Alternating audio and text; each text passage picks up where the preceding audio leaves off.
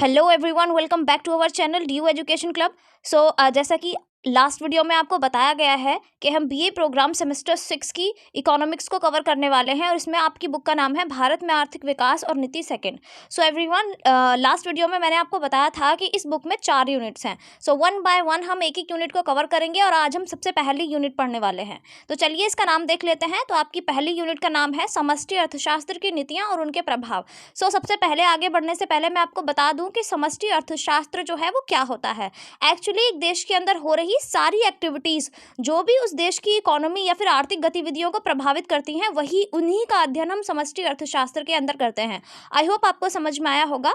Now अब हम आपका चैप्टर शुरू करते हैं। इसमें सबसे ज्यादा जो इंपॉर्टेंट है वो आपकी कुछ नीतियां हैं, जैसे कि राजकोषीय नीति। सबसे पहले हम राजकोषीय नीति के बारे में पढ़ेंगे कि राजकोषीय नीति क्या है और उसका अध्ययन करना आपके लिए क्यों जरूरी है। ठीक है।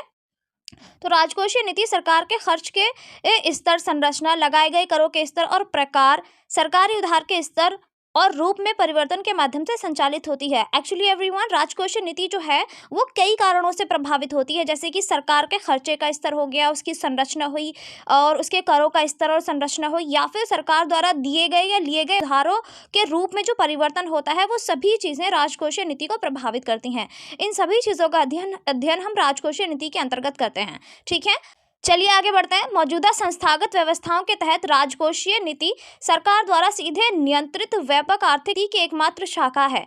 तो जो राजकोषीय नीति जो है ये सरकार को डायरेक्टली प्रभावित करती है, और डायरेक्टली जो सरकार है वो राजकोषीय नीति द्वारा अपनी जो आर्थिक नीतियां होती हैं उनको कंट्रोल कर सकती है। ठीक है, तो आगे बढ़ते हैं। आर्थिक गतिविधियों में उतार चढ़ाव को स्थिर करने के लिए एक साधन के रूप में राजकोषीय नीति सरकार द्वारा विवेकाधीन कार्यों या स्वचालित स्थिरीकरण के प्रभाव को प्रतिबंधित कर सकती है।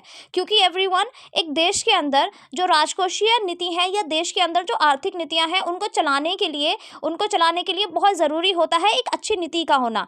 उसमें होने वाले उतार चढ़ाव को देखने के लिए और उन्हें समझने के लिए हम राजकोषीय नीति का उपयोग करते हैं। ठीक है, एक राजकोषीय प्रोत्साहन पैकेज सरकार द्वारा विवेकाधीन कार्यवाहियों का उदाहरण है, जिसका उद्देश्य सार्वजनिक कर में वृद्धि, सार्वजनिक खर्चों में वृद्धि या करों में कटौती करके कुल मांग को समर्थन करना होता है। क्यों? क्योंकि इसमें सारी चीजों को देखा जाता है कि करों में किस प्रकार हम कटौती कर सकते हैं या बढ़ोतरी कर सकते हैं। वो डिपेंड करता है हमारी मांग के ऊपर। अगर मांग बढ़ती है तो उससे हमारे देश की इनकम भी बढ़ती है, बट अगर देश की इनकम नहीं बढ़ रही है तो डेफिनेटली वहां पर क्या करना होता है, हमें करों में वृद्धि करनी पड़ती है। बट जैसे ही ऑटोमेटिकली हमारे देश की जो इनकम है वो बढ़ जाती है, तब हम कटौती कर सकते हैं अपने करों में। ठीक है, तो ये राजकोषीय नीति जो है वो इसी के अंतर्गत काम करती है। इसका एक बहुत अच्छा सा एग्जांपल दिया हुआ है, जिसको हम ऑटोमेटिक स्टेबलाइजर्स बोलते हैं। क्यों? क्योंकि ऑटोमेटिक स्टेबलाइजर्स जो होते हैं वो क्या काम करते हैं, जैसे इलेक्ट्रिसिटी अगर हाई है तो वो अपने आप को कंट्रोल करके वहीं पे रुक जाते हैं, बट अगर इलेक्ट्रिसिटी जो है वो लो है तो वो खुद को और ज़्यादा चलाते हैं, ताकि जो इलेक्ट्रिसिटी है उसका पूरी तरीके से यूज़ हो सके। ठीक है, तो इसको हम राजकोषीय नीति को हम ऑटोमेटिक स्टेबलाइजर से जोड़ के देख सकते हैं। ओके, चलिए आगे बढ़ते हैं। कुल मांग में उतार चढ़ाव पर उनका स्थिर प्रभाव पड़ता है और सरकार द्वारा किसी विशिष्ट कार्यवाही की आवश्यकता के बिना काम करती है। कुल मांग, सबसे जरूरी फैक्टर जो होता है वो कुल मांग ही होता है। क्यों? क्योंकि अगर मांग बढ़ेगी तो एक देश की जो इनकम है वो भी बढ़ती है। तो जैसे जैसे मांग में उतार चढ़ाव होता है या फिर मांग में जो भी परिवर्तन होते हैं, उन्हीं के अकॉर्डिंग जो है राजकोषीय नीति काम करती है। ठीक है, यदि अर्थव्यवस्था धीमी हो जाती है तो बजट के राजस्व पक्ष में कर की राशि में भी गिरावट आती है, क्योंकि कॉर्पोरेट लाभ और करदाताओं की आय गिरती है। देखिए, जब अर्थव्यवस्था धीमी होगी, जब मांग धीमी होगी, तो जो कॉर्पोरेटर्स हैं या फिर जो खरीदने वाले हैं उनकी भी तो आय में कमी आएगी, जिसकी वजह से हमारा जो देश है उसकी आय भी गिरती है। तो कॉर्पोरेटर्स को जो है वो लाभ कम हो जाता है, करदाताओं की भी आय गिरती है और व्यय पक्ष पर भी प्रभाव पड़ता है, जिसकी वजह से बेरोजगारी और अन्य सामाजिक जो लक्षण है वो देखने को मिल सकते हैं। ठीक है, आई होप आपको ये समझ में आया होगा। चलिए आगे बढ़ते हैं।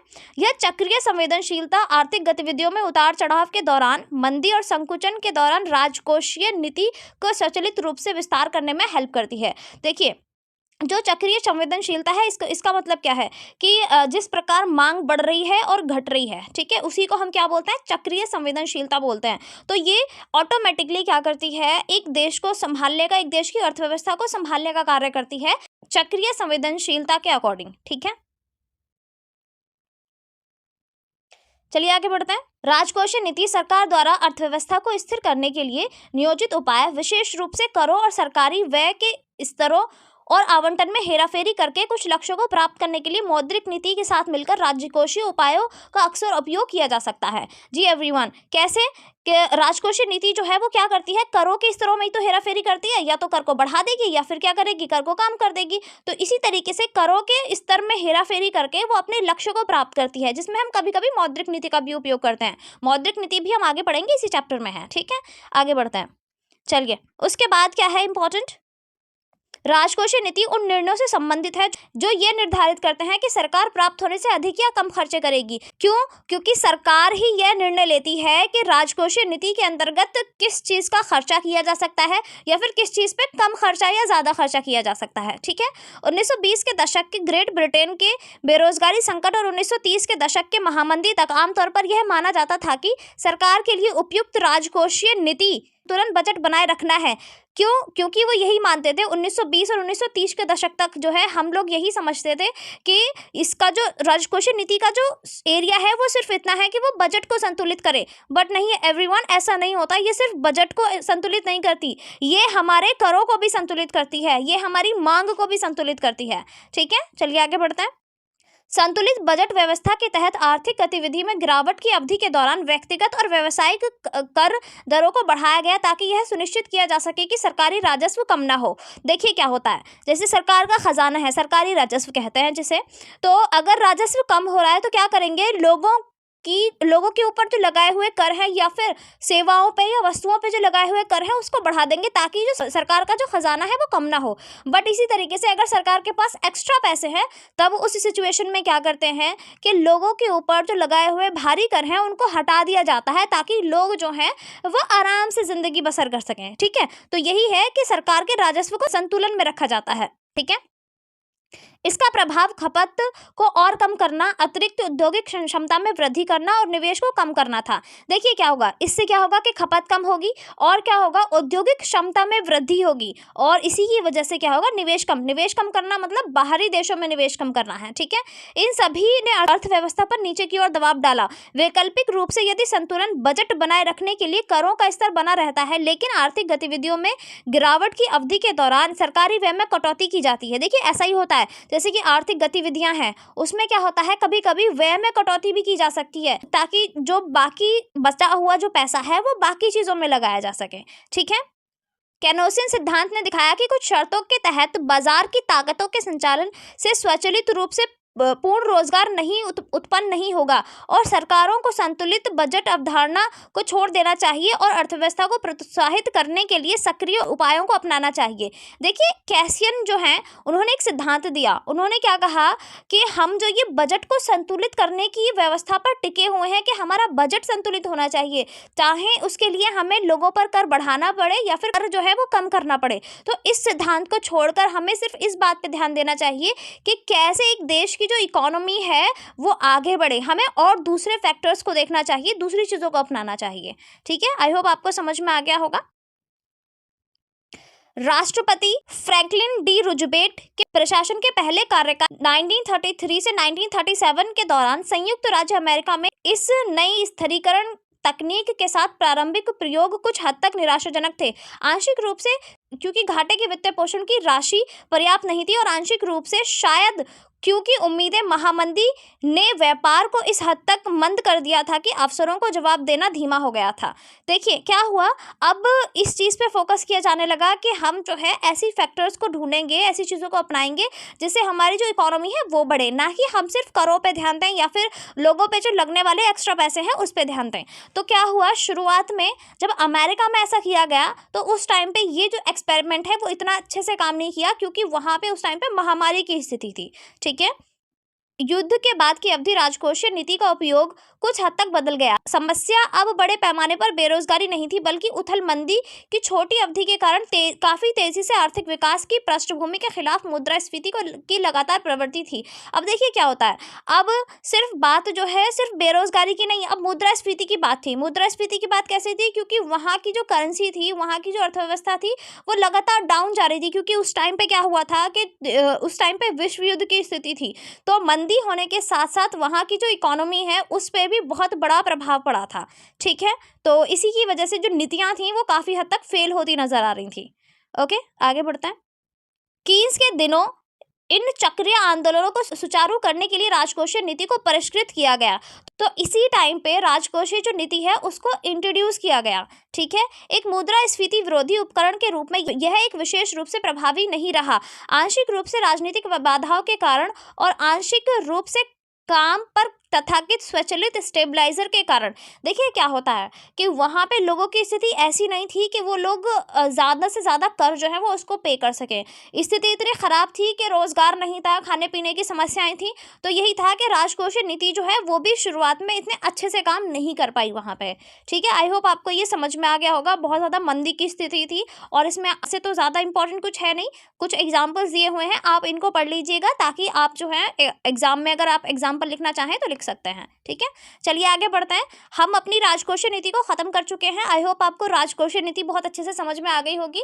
बट अगर फिर भी आपको लगता है कि आपके मन में कोई कंफ्यूजन है तो आप कमेंट बॉक्स में कमेंट करके पूछ सकते हैं। ठीक है, आगे बढ़ते हैं। हम मौद्रिक नीति के बारे में बात करेंगे। आप इकोनॉमी का बहुत ही इंपॉर्टेंट फैक्टर होता है मौद्रिक नीति भी। ठीक है, तो मौद्रिक नीति एंड राजकोषीय नीति दोनों ही नीतियां बहुत ज्यादा इंपॉर्टेंट हैं। चलिए बढ़ते हैं।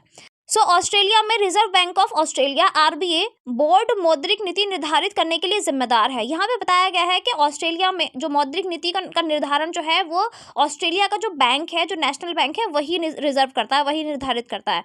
मौद्रिक नीति निर्णयों को नकद दर, मुद्रा बाजार में रातों रात ऋण पर ब्याज दर को बदलकर लागू किया जाता है। यहाँ पे क्या होता है, जो ये आरबीए है इसके हाथों में होती हैं सारी चीज़ें। ये जिस प्रकार चाहे, जितनी देर में चाहे, सारी नीतियों को बदल सकता है। ठीक है, स्पेशली यहाँ पे खुले बाजार की नीतियों का उपयोग किया जाता है।